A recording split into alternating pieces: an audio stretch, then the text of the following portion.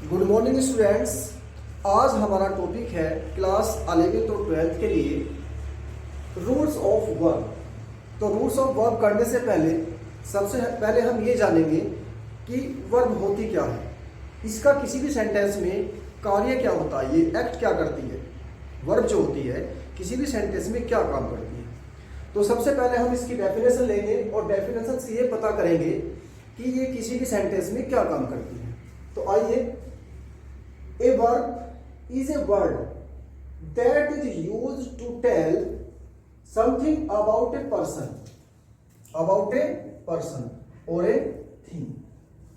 यानी कि जो डेफिनेशन है वो ये बताती है कि जो वर्ब है एक ऐसा शब्द है जो प्रयोग किया जाता है टू टेल समथिंग, कुछ बताने के लिए, अबाउट, इसके बारे में, या तो वो किसी पर्सन के बारे में बताएगा या किसी थिंग के बारे में, किसी वस्तु के बारे में। अब जो भी किसी सेंटेंस में काम किया जाता है या तो वो किसी वस्तु के बारे में किया जाता है या किसी व्यक्ति के द्वारा। मैंने कुछ एग्जांपल दिए आपको। सी टीज इन आवर स्कूल। अब ये इसमें वर्ब है टीज। अब ये टीज हमें बताती है किसी नाउन या प्रोनाउन के बारे में।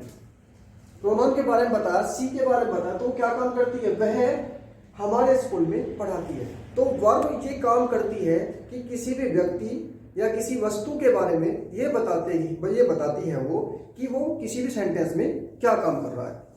सेकंड है ही वाज पनिश्ड, उसे दंड दिया गया, there are two classes of verbs. Two classes, हमने वर्ब को जो है दो वर्गों में बांट दिया। सबसे पहले जो क्लास है वो है ऑक्सिलरी वर्ब। इसे भी तीन पार्ट्स में हमने डिवाइड किया है। सबसे पहले आता है बी की फॉर्म। बी की कौन कौन सी फॉर्म है, इज, आर, एम, वाज, वर। और बी अपने आप में एक वर्ब है, इसकी थर्ड फॉर्म बीन होती है और इसमें आईएनजी लगाने पर क्या हो जाता है, बी। नेक्स्ट आपका टू हैव की भी तीन फॉर्म होती है, हैज, हैव और हैड, और इसके साथ मेन वर्ब की थर्ड फॉर्म का यूज किया जाता है। नेक्स्ट है डू की तीन होती हैं, डू, डज और डिड। और सबसे पहले आपकी क्या होगी, ऑक्सिलरी। ये तीनों आपकी किसमें आ गई, ऑक्सिलरी में। ये तीनों ही वर्ब हेल्पिंग वर्ब का भी काम करती है और मेन वर्ब का भी काम करती है किसी भी सेंटेंस में। नेक्स्ट आती है आपकी the ordinary verb. Ordinary verb में जितने भी आपकी मेन वर्ब होती है, मेन वर्ब, ईट, प्ले, राइट, क्राई, वीप, और आपका जो है लीव, ये जितनी भी वर्ब होती हैं वो आपकी आती है ऑर्डिनरी वर्ब में। और इसमें यूज इन सभी का भी जो हमारे ऑक्सिलरी वर्ब होती हैं इनका यूज भी हम मेन वर्ब के रूप में कर सकते हैं। यदि ये कहीं किसी भी सेंटेंस में अकेली आ रही है तो उसमें मेन वर्ब का काम करती है। यदि इनके साथ कोई अदर मेन वर्ब आ रही है तो उस सेंटेंस में ये हेल्पिंग वर्ब का काम करती है। अब हम ये इनसे आगे रूल लेकर चलेंगे।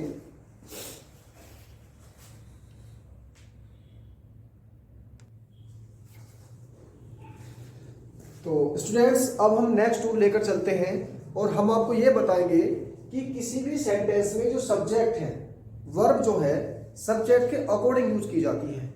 अगर सब्जेक्ट जो भी सब्जेक्ट होता है वो सिंगुलर है तो वर्ब भी सिंगुलर, और सब्जेक्ट भी प्लूरल है तो वर्ब भी उस सेंटेंस में प्लूरल वर्ब का यूज किया जाता है। तो चलिए पहला रूल लेकर चलते हैं। जब दो सिंगुलर नाउन एक ही व्यक्ति का बोध कराते हैं, नाउन दो हैं और दोनों सिंगुलर हैं, तो उस सेंटेंस में उस सब्जेक्ट के साथ सिंगुलर वर्ब का यूज किया जाता है। अब देखिए इसमें दो कंडीशन है। सबसे पहले सेंटेंस हमने लिखा था poet and teacher is coming, तो पूरा का पूरा सेंटेंस में दो नाउन है, एक नाउन ये हो गई, एक नाउन ये हो गई। इसमें पहली कंडीशन ये है कि दो सिंगुलर नाउन यदि एक ही व्यक्ति का बोध कराते हैं तो वर्ब कैसी आती है आपकी, सिंगुलर। ये जहां तक राइट है। लेकिन इसमें वर्ड आया है आर्टिकल द। अब इसका रूल ये भी हो सकता है कि यदि दो सिंगुलर नाउन एंड से जुड़ रहे हों और द एक नाउन से पहले आ रहा हो तो वर्ब सिंगुलर, लेकिन यदि the poet and the teacher दोनों नाउन से पहले हम द लगा दें तो वर्ब हमेशा आती है प्लूरल, वर्ब हो जाएगी आपकी प्लूरल। तो पहला रूल समझ आ गया। नेक्स्ट चलते हैं, जब दो नाउन जो अर्थ में समान न हो, सेंटेंस में होगी दो नाउन जो अर्थ में समान नहीं होगी, दोनों का अर्थ अलग अलग होगा, लेकिन फ्रेज की तरह यूज होगी। फ्रेज का मतलब होता है दो या दो से अधिक वर्ड और एक भाव प्रकट करें, यानी कि दोनों का भाव क्या होगा, बिल्कुल एक, तब भी हम क्या यूज करेंगे, सिंगुलर वर्ब। यानी कि ब्रेड एंड बटर इज क्या है हमारी सिंगुलर वर्ब। जैसे मैं आपको सेंटेंस और लिख रहा हूं, truth and ahimsa, truth and ahimsa is the best way, truth and ahimsa is the best way in the world, in the world। अब ट्रुथ और अहिंसा दोनों नाउन है और दोनों सिंगुलर है, लेकिन दोनों का अर्थ अलग अलग है, लेकिन दोनों के भाव एक है और दोनों एक फ्रेज में यूज हुए हैं, यानी कि पूरा का पूरा हमने क्या मान लिया, नाउन मान लिया, और उसके साथ हम क्या यूज करेंगे, singular verb. Rule number third है, जब किसी सेंटेंस में ईच, एवरी, आइदर और नाइदर का प्रयोग हो, जब किसी सेंटेंस में ईच, आइदर, एवरी और नाइदर का यूज हो, उस सेंटेंस में भी हम वर्ब क्या लाते हैं, सिंगुलर लाते हैं। जैसे एग्जांपल देखिए, एवरी बॉयज, एवरी बॉयज जो है इसमें एवरी आते ही ये सेंटेंस का जो सेंस है, जो सब्जेक्ट है हमारा वो सिंगुलर हो गया, और सिंगुलर सब्जेक्ट के साथ क्या यूज करेंगे हम, सिंगुलर वर्ब। नेक्स्ट है आपका ईच ऑफ गर्ल्स, इसका रूल ये है, each plus plural noun plus singular verb. Each के बाद जो नाउन आएगा वो आएगा प्लूरल, यानी कि लड़कियों में से प्रत्येक, प्रत्येक, इज है, वर्ब कैसे आ गया आपकी, singular. Next, each boy and each girl has failed, यानी कि यदि दो नाउन दिए गए हों और दोनों से पहले ईच आ रहा हो, यहां बीच है और यहां बीच है, तो उनके साथ भी वर्ब कैसे आएगी हमारी, सिंगुलर। ठीक है, नेक्स्ट रूल लेकर चलते हैं।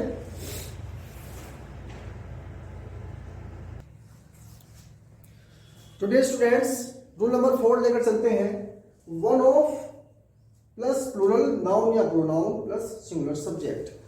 यदि कोई सेंटेंस वन ऑफ से स्टार्ट होगा तो उसके साथ नाउन और प्रोनाउन जो भी हमारा सब्जेक्ट होगा वो तो प्लूरल आएगा, प्लूरल, और जो उसके साथ वर्ब यूज होगी वो हमेशा सिंगुलर होगी, सिंगुलर वर्ब यूज करेंगे उसके साथ। तो जैसे वन ऑफ दीज गर्ल्स, तो दीज गर्ल्स हमारा क्या है, प्लूरल नाउन, और उसके साथ जो वर्ब यूज हुई है वो हुई है हैज, और हैज कौन सी वर्ब होती है, सिंगुलर। जैसे one of them is killer, one of them, them का मतलब ये होगा हमारा प्रोनाउन, और ये हमारा है प्लूरल प्रोनाउन, तो इसके साथ वर्ब कैसे है हमारी, इज, सिंगुलर। रूल नंबर 5, जब कोई प्लूरल नाउन एक निश्चित रकम यानी कि मनी, नाम, मेजर, मात्रा, क्वांटिटी और दूरी, डिस्टेंस का बोध कराए, यानी कि इन चीज को, चार चीज को इंडिकेट करे, तो उसके साथ हमेशा सिंगुलर वर्ब का यूज किया जाता है, लेकिन वो होते हैं प्लूरल में, और वर्ब कैसे आती है इनके साथ, सिंगुलर वर्ब। जैसे 60 miles is a long distance, अब ये क्या आ गया आपका, प्लूरल, और वर्ब कैसे इसके साथ आई, यूज कैसे हुई, सिंगुलर। 30 रुपीज इज, 30 रुपीज हमारा क्या है, प्लूरल, और वर्ब इसके साथ कैसे यूज हुई, सिंगुलर। तो इन चार चीज को आप याद रखेंगे, मनी हो कोई, मेजर हो, आपकी क्वांटिटी हो और आपकी डिस्टेंस हो। Next, many a slash an या मोर देन वन, जहां भी आपको ये दो चीज मिल रही हो, इनके साथ हमेशा वर्ब जो आती है वो उसमें हम उस सेंटेंस में सिंगुलर वर्ब का यूज करते हैं। जैसे एग्जांपल देखिए, many a soldier, many a पूरा एक वर्ड है, इसके साथ जो नाउन आएगी वो हमेशा सिंगुलर आएगी और इसके साथ वर्ब भी हमेशा कैसे आएगी, singular. Many a soldier was killed in the battle. Rule number 7, the number of और ए लार्ज नंबर ऑफ, ये दो वर्ड हैं, द नंबर ऑफ और ए लार्ज नंबर ऑफ, इनके साथ जो वर्ब नाउन आते हैं वो प्लूरल और वर्ब कैसी आती है, इनके साथ सिंगुलर वर्ब का यूज करते हैं। The number of students, verb कैसी है आपकी, नाउन प्लूरल, प्लूरल नाउन, और वर्ब कैसी है आपकी, सिंगुलर। ठीक है स्टूडेंट्स, यहां तक रूल समझ में आ गए होंगे। नेक्स्ट,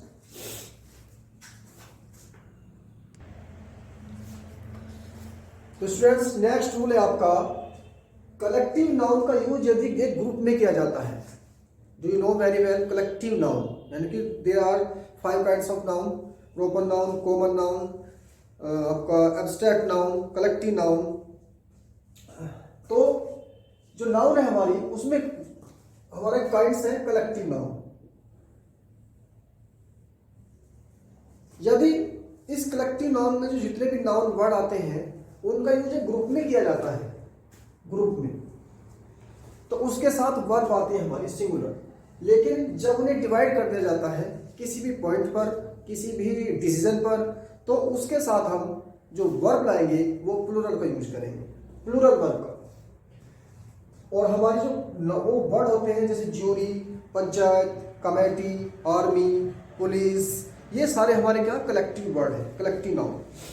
तो the panchayat has given its judgement, तो पंचायत ये यहाँ क्या है, एक ग्रुप में है, ग्रुप में है, तो ग्रुप के साथ हमने क्या यूज किया, हैज। लेकिन जैसे ही उसमें एक वर्ड आता है डिवाइडेड, जैसे ही वो डिवाइड हो जाती है, एक ग्रुप से बट जाती है, तो तब हम यूज करेंगे वर्ब का, यानी कि प्लूरल नाउन का। तो ये आपके आज मैंने वे रूल बताए हैं, वे वर्ड बताए हैं, वे सब्जेक्ट बताए हैं जिनके साथ हम किसी भी सेंटेंस में सिंगुलर वर्ब का यूज करते हैं। और मैंने कुछ नीचे आपको 5 सेंटेंस दिए हैं, इन्हें सोल्व करते हैं।